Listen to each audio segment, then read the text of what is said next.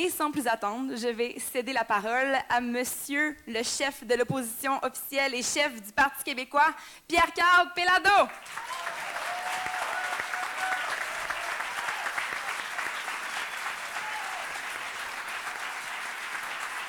Merci, Ariane.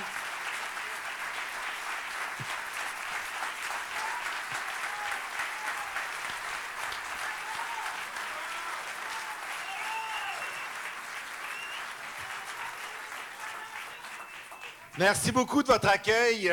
C'est très sympathique. Merci beaucoup d'être là et félicitations pour l'organisation de cette rencontre. Félicitations pour la détermination qui est la vôtre. Félicitations pour cette mobilisation que vous avez entreprise. C'est vraiment exceptionnel. Et ça se passe ici au Cégep Édouard-Montpetit, mais ça devrait se passer également au Cégep de Matane, à l'UQAT. Ça devrait se passer à Gaspé, ça devrait se passer à Chicoutimi, ça devrait se passer partout. Et l'exemple que vous donnez aujourd'hui à tous les indépendantistes du Québec, c'est un exemple frappant, un exemple fort. C'est vraiment un message que nous devons suivre, sur lequel nous devons nous inspirer, parce que nous ne devons pas, évidemment, avoir peur ou avoir des inquiétudes, bien au contraire.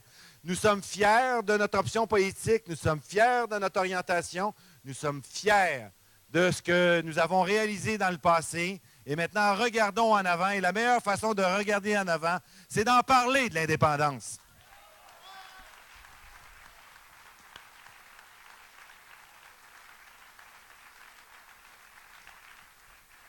Merci à Bernard, qui doit quand même être là pour un petit quelque chose. Hein? Merci à toute l'association de la circonscription de Marie-Victorin. Et évidemment, je tiens aussi à remercier tous ceux et celles qui sont venus discuter avec vous cet après-midi ou même ce matin. Et je tiens également à remercier Gabriel Nadeau-Dubois pour justement que cet échange, ce partage, ces perspectives, nous ne sommes pas obligés de partager et d'être en accord avec tout.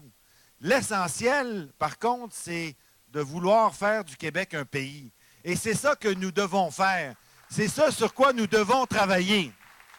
Alors, j'aimerais, justement, dans cet esprit, prendre un moment pour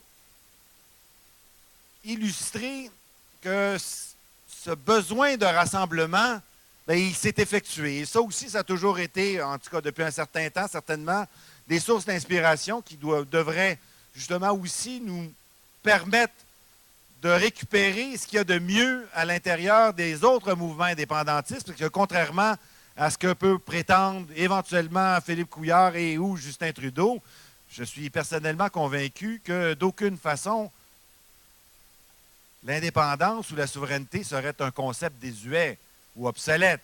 Bien au contraire, nous constatons que ces débats ont lieu dans bien d'autres pays, dans bien d'autres nations, et ceux qui se déroulent aujourd'hui vont également donner place plus tard à d'autres dans d'autres nations.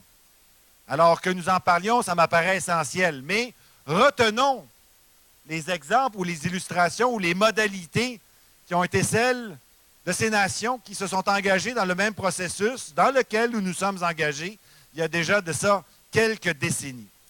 Et j'en veux comme meilleur exemple, et je ne vous en cache pas, j'ai eu l'occasion de m'y intéresser depuis un certain temps, de pouvoir le vivre aussi, personnellement, pour m'y être déplacé.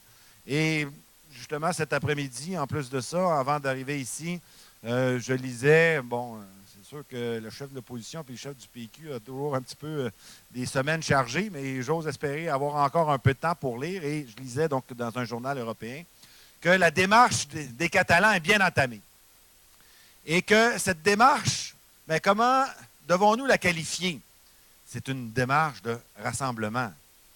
Et c'est d'autant plus intéressant que ceux et celles qui ont suivi un petit peu la façon dont ça s'est produit, il s'agit d'un mouvement qui est associé, ou de partis politiques qui ont cru que la meilleure façon de faire en sorte justement d'obtenir ou de se diriger vers l'objectif qui est le leur, c'est de se rassembler. Mais ces partis politiques ne se sont pas uniquement rassemblés autour d'eux, comme ils se sont également rassemblés autour, comme disait Gabriel, et à cet égard, je pense que là aussi, nous devons nous en inspirer, des groupes de la société civile.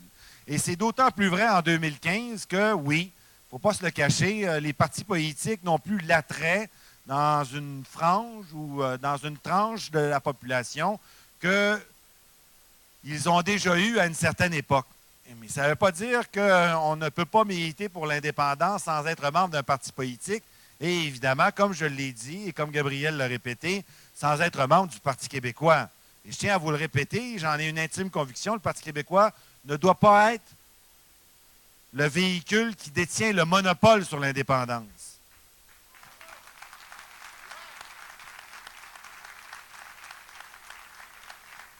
Le Parti québécois a de grandes réalisations qui a justement décrit, qui a par étapes illustré ce qui était à une époque un grand progressisme et que je considère l'être encore. D'ailleurs, excusez-moi, je le cite souvent, mais bon, il m'a inspiré, je l'ai bien écouté. Lorsque nous avons nationalisé l'électricité, c'était un geste symbolique fort, c'était un geste qui nous a donné confiance en nous, c'était un geste de grand progressisme. C'était un geste courageux parce que nous étions en mesure de démontrer que nous étions capables, comme les autres, de maîtriser notre destinée. Et les gestes posés par ceux et celles qui nous ont précédés au Parti québécois sont très nombreux. Et ils ont toujours été qualifiés par le progressisme.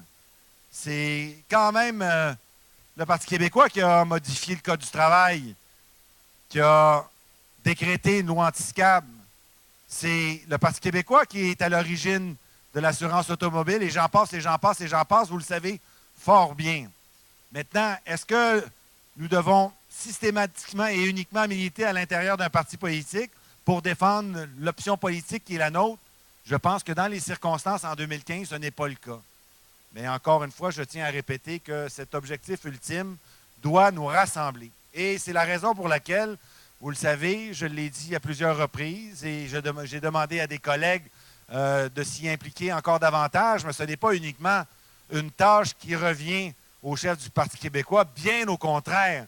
C'est une tâche qui revient à tous les militants et les militantes du Parti québécois. C'est une tâche qui nous revient dans l'ouverture dont nous devons faire preuve à l'égard de cet objectif qui est le nôtre et des nouvelles modalités et considérations qui dorénavant prévalent dans notre collectivité.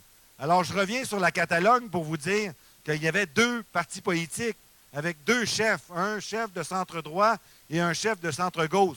Je ne veux pas me comparer à Arthur Mas, mais quand je regarde un peu le gars, il y a un parcours sensiblement similaire au mien. Alors que de l'autre côté, on a un gars qui s'appelle Junqueras, qui est le patron de Esquerra Republicana. Ils se sont mis ensemble pour faire cette liste. Cette liste qui a pris au niveau de la représentation parlementaire d'un parti plus à gauche, pas plus indépendantiste, mais plus à gauche, qui s'est engagé également dans le processus de l'indépendance et du processus référendaire qu'ils ont choisi, sachant évidemment par ailleurs que rien n'est comparable dans la mesure où chaque nation a ses propres assises, chaque nation a sa propre histoire et chaque nation a ses propres orientations. Mais nous constatons qu'au bout de cet exercice, c'est la victoire qu'ils ont réalisée. Ils ont cette majorité parlementaire et ils sont ardemment engagés pour la réaliser, cette indépendance. Est-ce que le gouvernement espagnol va être aussi brutal que le gouvernement du Canada l'a été à une certaine époque? Bon, les semaines, les mois sauront nous le dire. Mais chose certaine, nous sommes obligés de conclure que cette recette ou cette volonté du rassemblement semble être une recette de succès. Et inspirons-nous-en nous. Alors, oui, moi, je souhaite, avec mes collègues, et encore une fois, dans la perspective que nous allons le faire tous ensemble, pas regarder en arrière, mais regarder en avant. Et c'est la raison également pour laquelle nous voulons nous engager encore davantage vers cette nation, vers ce pays, parce qu'il va nous donner les outils de maintenir tous ces efforts qui ont été effectués, ceux qui nous ont permis justement d'avoir la liberté de penser, parce que l'éducation, c'est le véhicule qui peut et qui doit nous le donner. Et si nous voulons protéger aujourd'hui ce que nous avons de plus précieux, c'est-à-dire ces efforts et le réseau qui en a été constitué, c'est-à-dire celui de l'éducation, et qui a même été aussi plus récemment, encore dans la perspective d'une avancée sociale, du progressisme qui a toujours été l'attribut fondamental du Parti québécois. Bien, je pense notamment donc avec la création des centres de la petite enfance qui faisait en sorte que nous avons établi encore un continuum au niveau de l'éducation et de la socialisation de nos enfants plus solide qui va justement encore participer à la construction d'une collectivité solide, généreuse et solidaire. Alors, il va falloir leur proposer des projets et aussi et surtout les écouter, aller à leur rencontre. Les jeunes de 2015 ne sont pas ceux de 1980, ne sont pas ceux de 1990.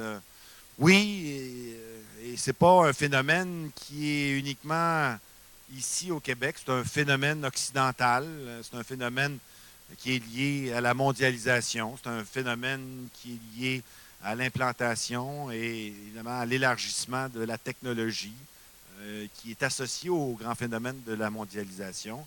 Et est-ce que les jeunes ont moins d'idéaux collectifs que nous en avions à une certaine époque?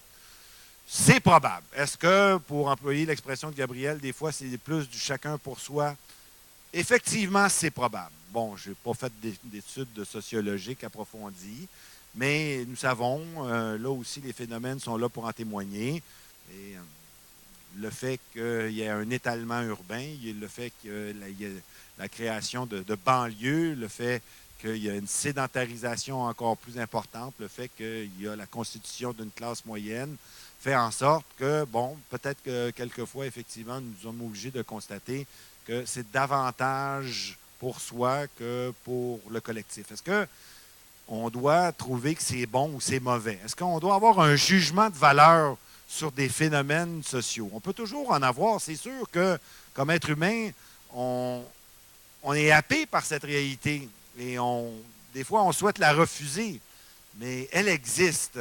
Et on doit considérer qu'un fait réel doit être un fait aussi intégré à l'intérieur de notre réflexion et une modalité à laquelle nous allons nous arrêter pour déterminer, dans l'objectif qui est le nôtre, comment l'intégrer à l'intérieur d'une remodélisation ou d'une refondation, en tout cas certainement d'une réflexion en fonction des évolutions sociales ou des évolutions socio-économiques. Là où je rejoins Gabriel, parce que moi aussi je considère, et c'est d'aucune façon antinomique, bien au contraire, j'ai même tendance à penser que c'est tout à fait dans le courant de cet enrichissement que je souhaite, oui, certes, au niveau culturel, au niveau de ce que nous avons bâti, mais aussi au niveau économique. Et c'est indéniablement un des éléments qui va retenir l'attention. C'est certainement aussi une caractéristique de ce que nous retrouvons ici, sur la rive sud, sur la rive nord, dans le fameux 450. Et c'est justement la préoccupation que nous devons avoir envers l'environnement. Il y avait un chantier phénoménal que Mme Marois avait proposé, celui de l'électrification des transports, celui qui nous permet justement de nous engager en même temps comme citoyens modèles, comme citoyens exemplaires à l'intérieur de ce grand défi qui est constitué dans l'humanité. Nous allons en parler très bientôt à la conférence de Paris. C'est sûr qu'il y a toujours un petit peu de bullshit dans ces conférences-là, mais il y a surtout et avant tout la volonté de s'engager encore davantage. Alors, est-ce que le Québec dispose d'atouts? Moi, durant la campagne l'année dernière, ou c'est l'année dernière? Oui, c'est ça. J'avais utilisé cette allégorie ou cette illustration de dire que l'électrification des transports, ça pourrait représenter pour nous, pour le 21e siècle, la Baie James de ce qu'a été la fin du 20e siècle pour la réalisation et l'engagement des Québécois en matière économique et en matière énergétique. Alors, je le crois parce que lorsque vous constatez ce que nous avons, vraiment, il n'y a vraiment pas beaucoup de choses dont nous ne disposons pas pour faire en sorte de nous engager encore davantage dans cette orientation. C'est sûr que Les 50 milliards que nous envoyons à chaque année à Ottawa de nos taxes et de nos impôts, c'est peut-être 50, c'est peut-être plus, c'est peut-être 52. Et ça fait longtemps qu'on ne s'est pas penché sur ces questions-là, que nous allons devoir, effectivement, donc scientifiquement tenter de prouver. Chose certaine, nous savons que ce sont des sommes très importantes et nous savons fort bien que si nous les gérions, elles seraient engagées uniquement et complètement pour le développement de notre économie et par voie de conséquence, évidemment, l'enrichissement collectif, le maintien de notre distinction, le maintien de cette solidarité qui a été institutionnalisée depuis des décennies à l'intérieur de l'État. J'ai toujours pensé que l'État était et le restera, en tout cas certainement pour une bonne période, le véhicule que les francophones se sont donné. Oui, parlons des francophones, parce que c'est quand même à l'époque où nous avons décidé d'investir l'État. Nous étions en grande majorité francophones, ne détenant pas, sinon que pour les élites, le pouvoir politique de faire en sorte de travailler pour l'ensemble de la collectivité. Alors, lorsque nous nous sommes engagés dans cette direction, nous nous sommes dit, c'est l'État qui va nous permettre de continuer ou de démarrer, si je peux dire, un grand processus qui va nous donner les outils pour nous prendre en main. Et c'est la raison pour laquelle les hommes et des femmes, il ne faut pas se le cacher non plus, là, c'était en grande majorité des hommes, je pense à Jacques Parizeau, qui nous ont donné des outils financiers, à M. Lévesque, qui nous ont donné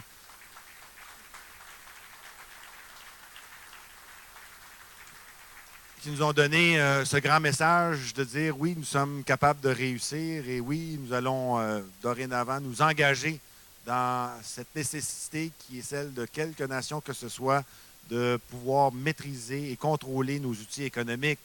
Alors, et ensuite, de maintenir une force, une vivacité des outils qui nous ont permis, avec la Caisse, de créer un Québec Inc. Et de nous donner un accès au capital, une capacité de faire en sorte de diriger nos propres entreprises et cesser de travailler pour les autres, mais travailler également pour nous.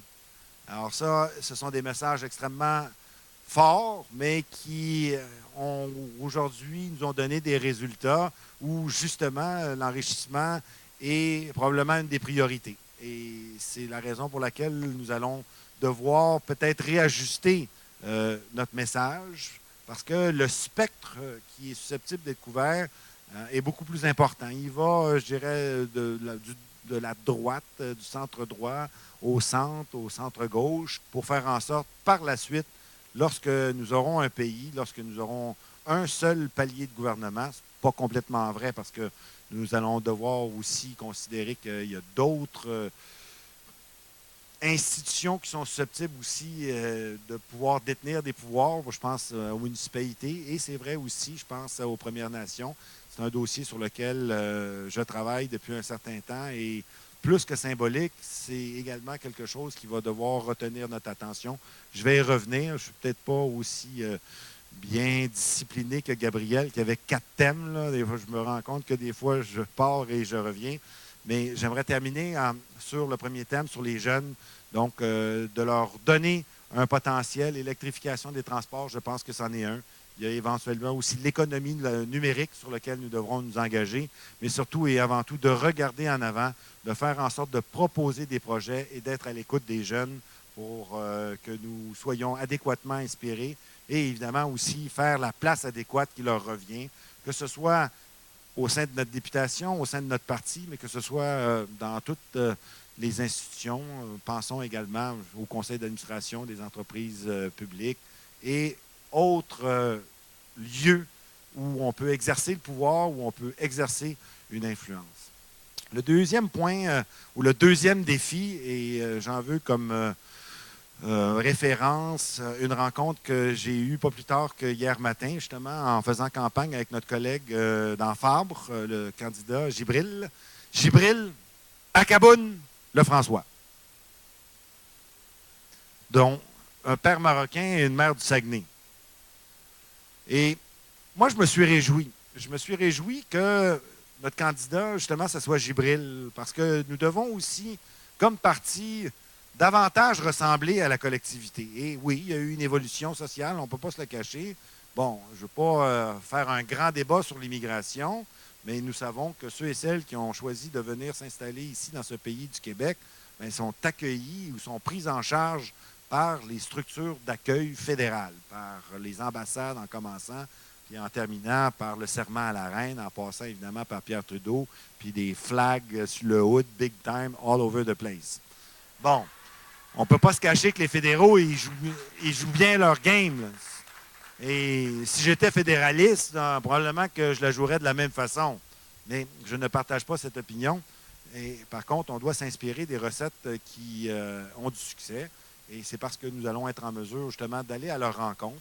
Et si Dieu sait que le Parti québécois a fait énormément pour les communautés culturelles ou ceux et celles qui ont décidé de venir s'installer au Québec, pensons à M. Couture, pensons au Kofi, qui, malheureusement, je ne sais pas si c'est uniquement à cause de l'austérité de Philippe Couillard et ou éventuellement aussi en fonction du régime libéral précédent qui ne souhaitait pas s'engager à faire en sorte qu'on puisse avoir une représentativité adéquate et aussi et surtout une protection de notre langue française. En tout cas, tout ça pour dire que lorsque j'ai eu cette rencontre avec le candidat, avec des communautés, communauté arménienne, communauté grecque, communauté maghrébine, communauté hispanique, bien, il y a du travail à faire. Et on se doit aussi de répéter et de réitérer que le Parti québécois a toujours été le parti d'ouverture et de faire en sorte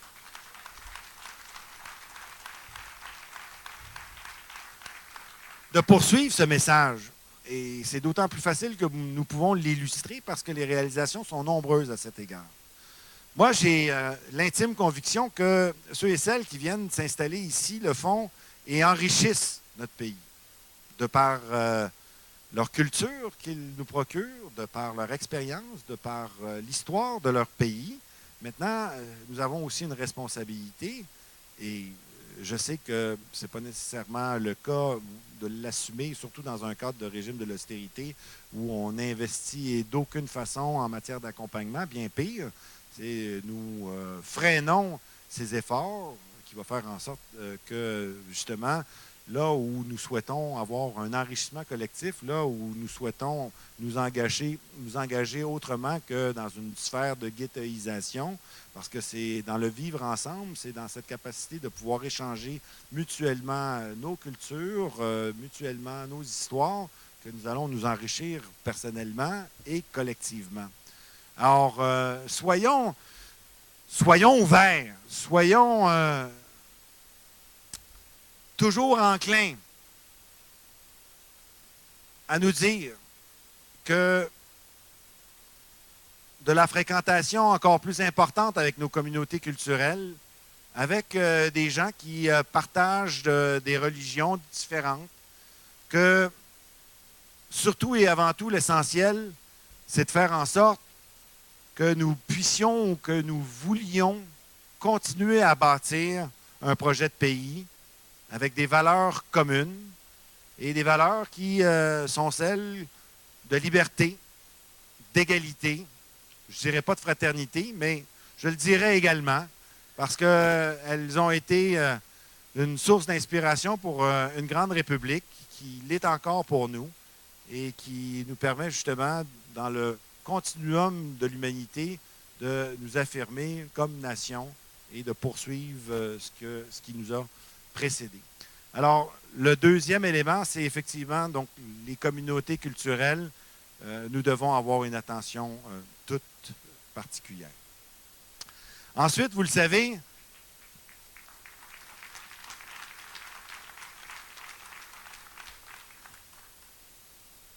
ça, quand je faisais référence tout à l'heure au fait qu'on doit avoir le courage de se poser des questions et d'avoir aussi l'humilité de se dire qu'on n'a peut-être pas nécessairement fait toutes les bonnes choses au bon moment.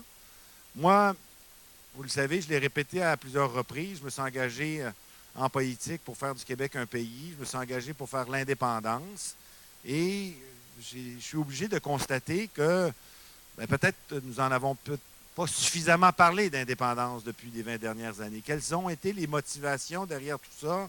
Est-ce que pour certains, ça a été un traumatisme? Ensuite, Et, un découragement.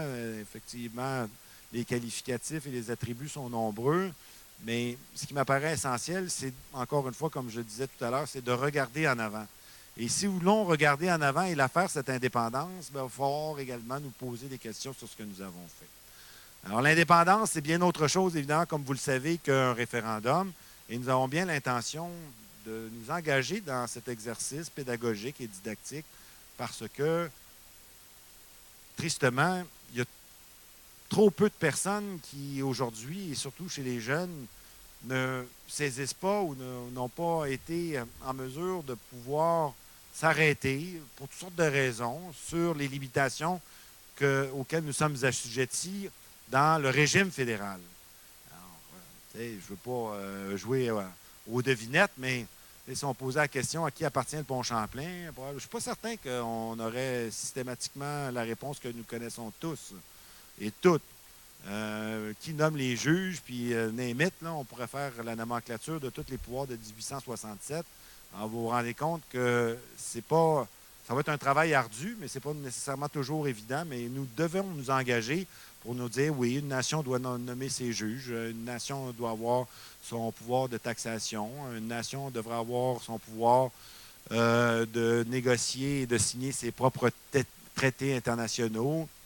Et on peut le dire à des agriculteurs parce qu'il y a le TPP qui fait en sorte qu'ils vont subir un préjudice. Il y a tous ces éléments-là que nous devrons mettre en œuvre. Je dis toujours, il y a une bonne et une mauvaise nouvelle. La mauvaise nouvelle, c'est que nous avons perdu les élections. Peut-être que nous le méritions aussi. Et la bonne nouvelle, c'est que nous avons perdu les élections. Il nous reste donc 3 ans pour en parler de l'indépendance. Donnons-nous des outils adéquats. Réfléchissons de nouveau à notre parti. Donnons-nous les moyens de nous engager fermement dans cette direction.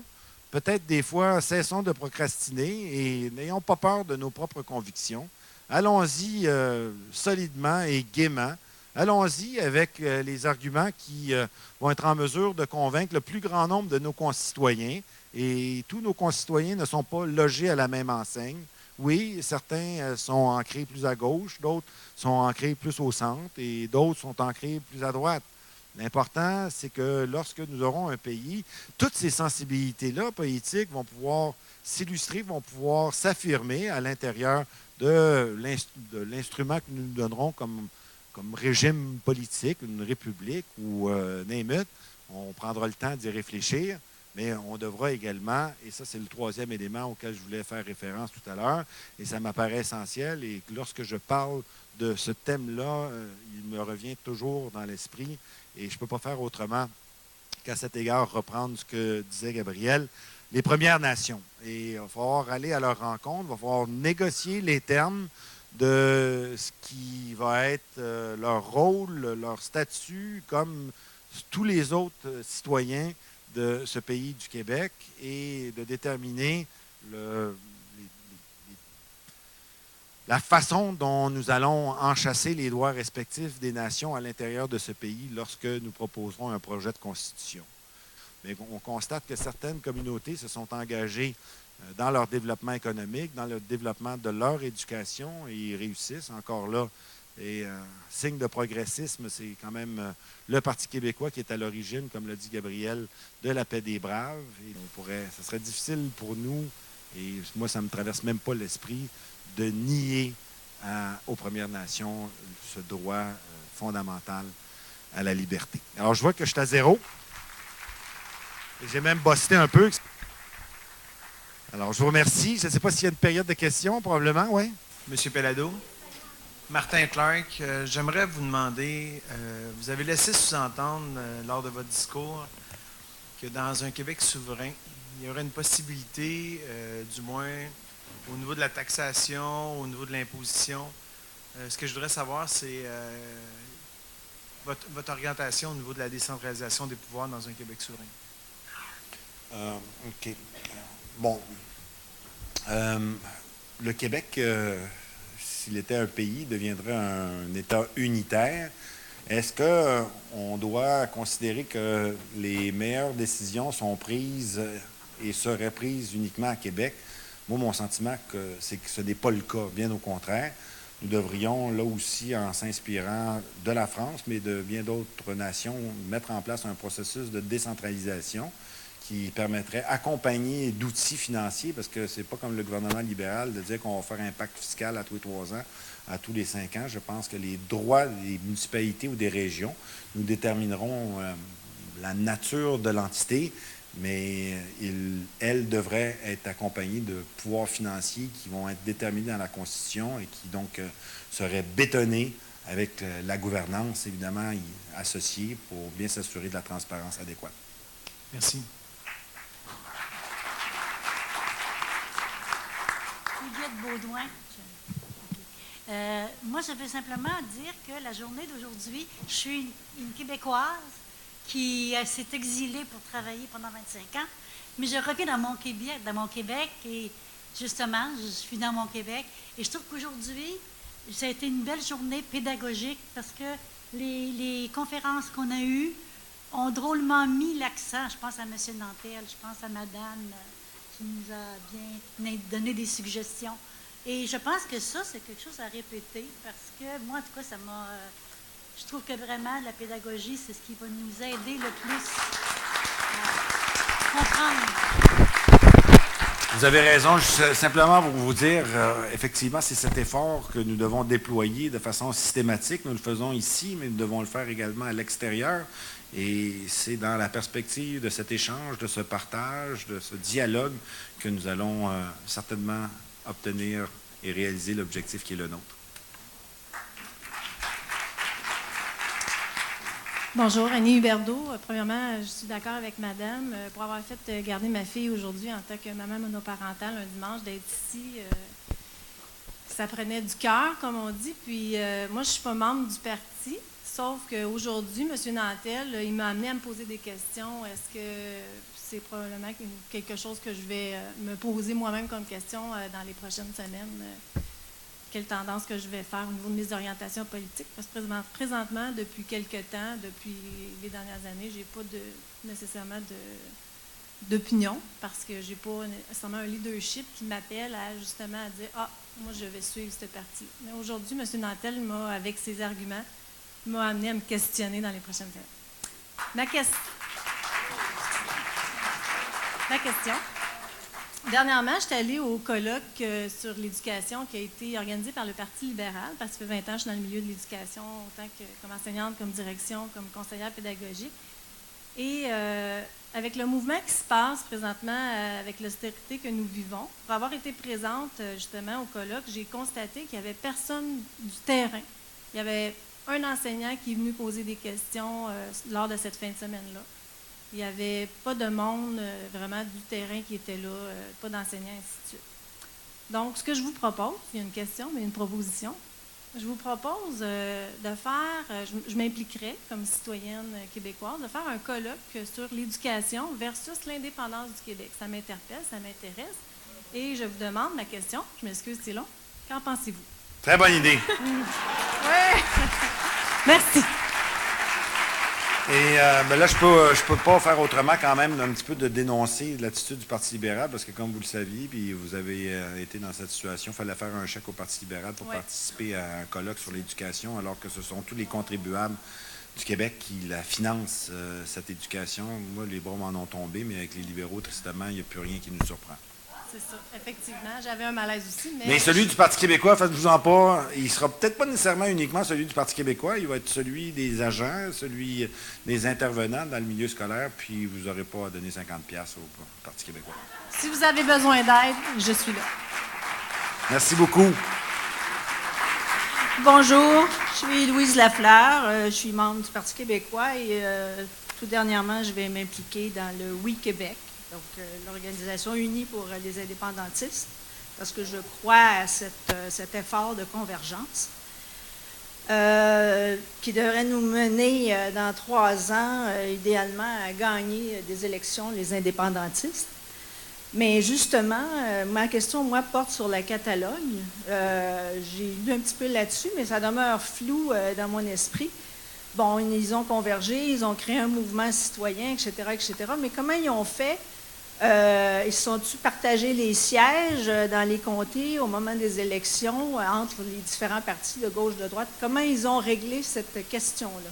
Il y a une question qui est à cet égard vraiment singulière et qui nous distancie de façon significative de la Catalogne. C'est que donc, pour les élections qui ont eu lieu pour le Parlement régional, le mode de scrutin est un mode de représentation proportionnelle.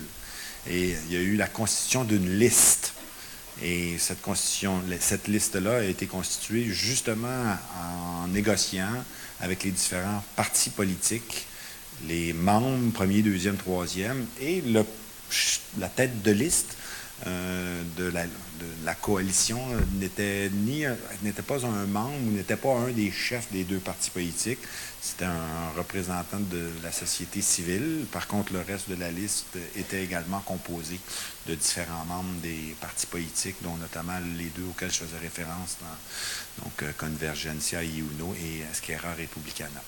Alors, comment nous allons pouvoir réfléchir sur cette question-là à partir de notre propre mode de scrutin? C'est, sans dire la quadrature du cercle, c'est pas simple, Okay. mais nous avons déjà commencé à y réfléchir. Bon, c'est beau. Donc, il faut se mettre plusieurs têtes pour trouver une solution le moment venu. Exactement. Et je tiens à vous dire, puisque vous avez parlé donc du Oui Québec et de Mme Carbonneau, vous avez vu que nous avons posé un premier geste de rassemblement. Moi, ça me fait extrêmement plaisir de travailler avec elle, comme ça me fait également plaisir de travailler avec toutes les autres organisations. Et nous allons continuer dans la perspective qui est celle que nous avons démarrée et qui, avec nos collaborateurs, avec les collègues de l'Assemblée nationale et les autres militants, vont nous amener à l'objectif qui est le nôtre. D'accord. Merci. Alors, on va prendre une dernière question des 4 personnes qui sont en file. Merci. Monsieur Bellado, bonjour. Simon-Pierre Savard-Tremblay. Alors, tout à l'heure, quand j'étais à ce même pupitre, M. Drainville est allé faire le malcommode. Il m'a posé une question en disant « Elle va être crapaude ». Donc, « I'm a frog, you're a frog, kiss me ». Ma question est donc... And I'm turning to a prince, suddenly. Je vous le souhaite. Donne-moi des peanuts! On va chanter Alouette sans fausse note. Bon, ben, j'ai exactement réussi ce que je voulais faire, vous faire chanter. Mais je vais aussi vous faire parler, je vais vous poser la même question qui est qu'est-ce qu'on pense au PQ en ce moment du repositionnement de la CAQ? Bien, écoutez, moi, je trouve que c'est une bonne nouvelle, le phénomène de la polarisation, et ça comme suscite des profonds malaises du côté de la CAQ. En même temps, j'ai toujours pensé qu'il y avait un grand nombre de souverainistes à la CAQ, souverainistes déçus, peut-être souverainistes du positionnement à une certaine époque du Parti québécois. Et que notre travail, c'est de susciter chez eux l'intérêt qui est le nôtre et de les ramener, pas nécessairement au Parti québécois, mais de les ramener dans le giron de ce grand rassemblement que nous souhaitons advenir le plus rapidement possible. Et c'est certainement ce sur quoi je vais m'atteler. Sinon, vous pouvez vous en douter, j'ai été interrogé par les journalistes en arrivant. On se réjouit. Nous nous réjouissons que M. Legault se rende compte que le statu quo n'est pas acceptable. Maintenant, est-ce qu'il y a une certaine incohérence dans les positions? Je pense que tout le monde va devoir conclure de la sorte. Que vont en conclure ultimement les électeurs? On verra pour la suite des choses. Mais chose certaine, on ne doit pas exclure qui que ce soit à l'intérieur de cet exercice de rassemblement dans lequel que nous avons entamé, dans lequel nous nous sommes engagés.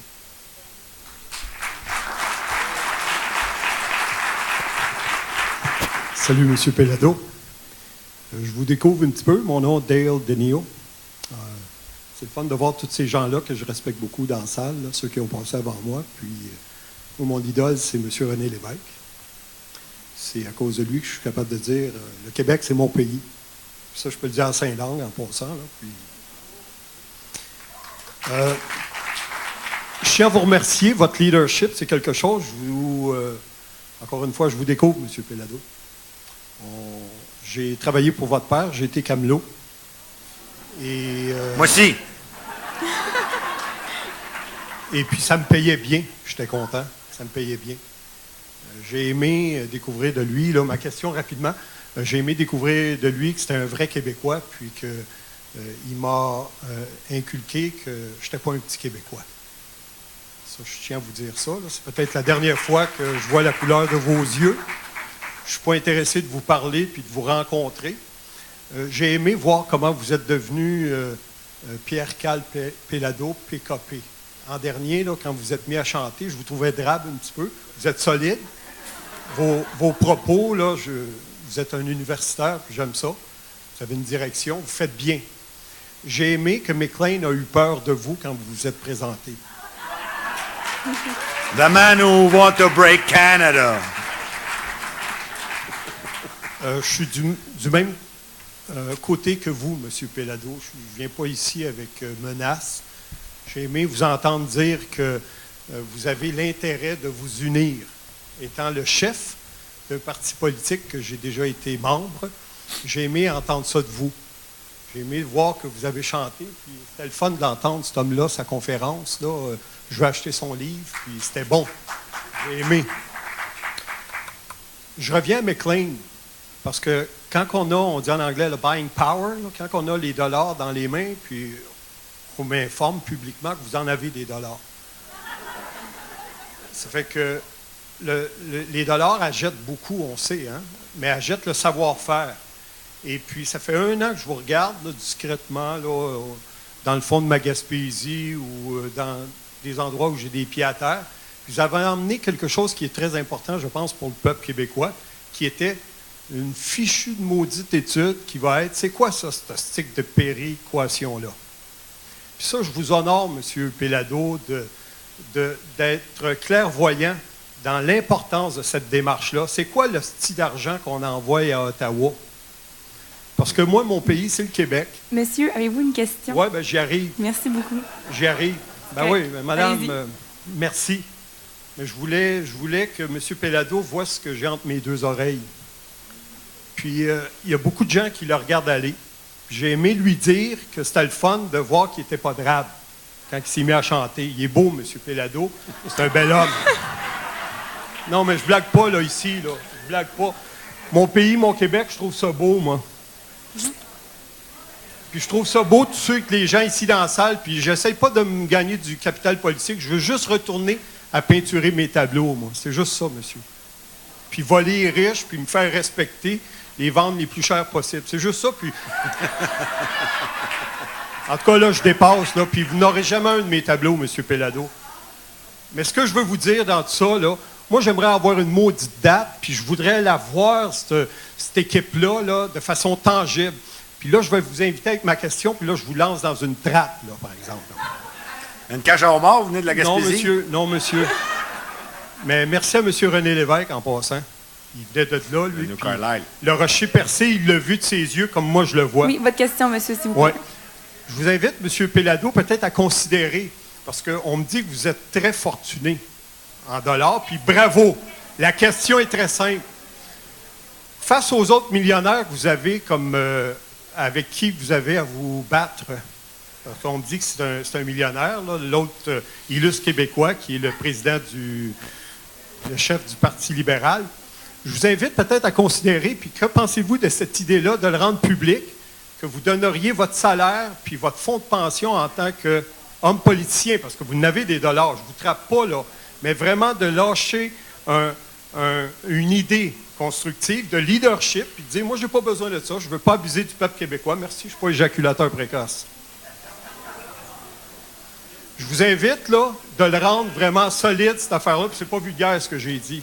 Je vous regarde, merci, M. Péladeau, parce que pour avoir des résultats différents, il faut faire des choses différentes. Ça fait que là, oui, merci, c'est ça. Pouvez-vous répondre à cette question-là? Oui, je vais répondre. Merci, monsieur. Alors, simplement pour vous dire aussi, en même temps que lorsque Mme Marois m'a fait le privilège d'être président du conseil d'administration d'Hydro-Québec, je l'ai fait à titre gratuit et je n'ai pas pris de salaire. Là, j'ai mon salaire de député et mon salaire de chef de l'opposition. J'ai eu une prime. J'avoue que j'ai pensé à ça. Mais en même temps, il ne faut pas non plus faire, je dirais, dans... Comment pourrais-je dire? Tu sais, des fois, je me dis, it's a little bit too much. Mais peut-être que oui, peut-être que non. Mais c'est pas, je voudrais vous dire, une énorme préoccupation à l'heure actuelle. Mais j'apprécie votre suggestion. Merci. Bonjour, M. Pellado. Mon nom, c'est Suzanne Serrois. Présentement, en Europe, il y a un déferlement migratoire clandestin assez important qui a mis à mal l'espace Schengen et un retour dans plusieurs pays des frontières. En même temps, on voit un conservatisme identitaire, pour citer notre Gabriel. Et puis aussi la montée du Front national, qui est démonisé par le Parti socialiste, qui est au pouvoir en France. Et puis, c'est que l'idée que je vais amener, si vous permettez, c'est qu'on voit en Europe qu'eux, ils sont figés à un niveau. Ils ne peuvent pas aller plus loin que soit retourner aux frontières, à leur nation, ou soit vraiment faire l'Europe totale. Tandis qu'ici, le Québec, nous, on est un surgeon de la France. Nous, on peut aller encore plus loin que... Parce que présentement, je vois bien les discours de M. Couillard sur vous, qui essaie de démoniser, de vraiment détruire l'esprit indépendantiste. Par contre, en tant que surgeon, on a toute une autre humanité à proposer dans les Amériques, considérant que, si on prend exemple récemment avec Québec, Lafayette et Moncton, on a un réseau de 33 millions de francophones dans les Amériques. L'idée que je 33 millions de francophones? Oui, 10 millions aux États-Unis, c'est vraiment... quelqu'un pourrait peut-être citer... D'origine francophone, peut-être? Non, qui parle français. Ah oui. 33 millions. Je suis surpris de Votre question, madame, s'il vous plaît, je vais vous demander. Et donc, la question est... Non, ce n'est pas une question, c'est... Ce que j'aimerais que l'avenir se dirige vers l'entrepreneuriat pour les jeunes Québécois. Vous qui avez une expérience énorme dans l'entrepreneuriat, ce que je déplore, c'est que nos jeunes Québécois, de souche, si on veut, manquent de ce dynamisme. Et comment on pourrait mettre en place toute cette mouvance d'entrepreneuriat pour prendre avantage des 33 millions de francophones du réseau qui se met présentement en place dans toutes les Amériques? OK. Là, vous avez abordé plusieurs questions, madame. Là, les 33 millions, moi, je n'étais pas au courant, mais l'entrepreneuriat, ça, oui, effectivement. Et c'est un petit peu le sens de mon intervention quand je me disais qu'on devait être attentif à leurs expectatives, leur proposer aussi des rêves. Et aujourd'hui, nous avons tous les outils et les exemples, les illustrations, les réussites. Ça devrait être des sources d'inspiration. Mon père en est une en ce qui me concerne, mais elles sont de plus en plus nombreuses, ces illustrations d'hommes et de femmes qui s'engagent dans la sphère économique, qui s'engagent comme entrepreneurs et qui réussissent, pas juste au niveau économique, mais c'est vrai au niveau social, c'est vrai au niveau culturel. Il faut poursuivre parce qu'en même temps, à chaque fois que nous faisons ça, nous alimentons notre fierté. Alors, c'est d'autant plus important au niveau économique qu'elle crée cette richesse. Je ne dis pas que l'entrepreneuriat culturel, ce n'est pas le cas, mais on connaît quand même, en matière de proportion, économiquement, clairement, ça va être la grande source de la capacité de générer des revenus et de financer cette société distincte qui est la nôtre, celle qui veut protéger notre langue, celle qui veut continuer à investir en éducation, celle qui a instauré, cristallisé et veut poursuivre la solidarité institutionnalisée, comme j'en ai parlé tout à l'heure. Je vais respecter mes propres règles, je vais être excessivement bref. Alors, nous, du PQ Marivic, on commence déjà à penser à l'organisation du 2e colloque annuel sur l'indépendance. Alors, je fais un éditorial présentement. Et puis, on a hâte de pouvoir tirer du jus là, des arguments de l'Institut duquel vous avez parlé. Alors, ma question est la suivante. Est-ce que l'année prochaine, vous pensez que l'Institut va être prêt pour qu'on soit capable déjà d'en faire la promotion? La réponse est oui.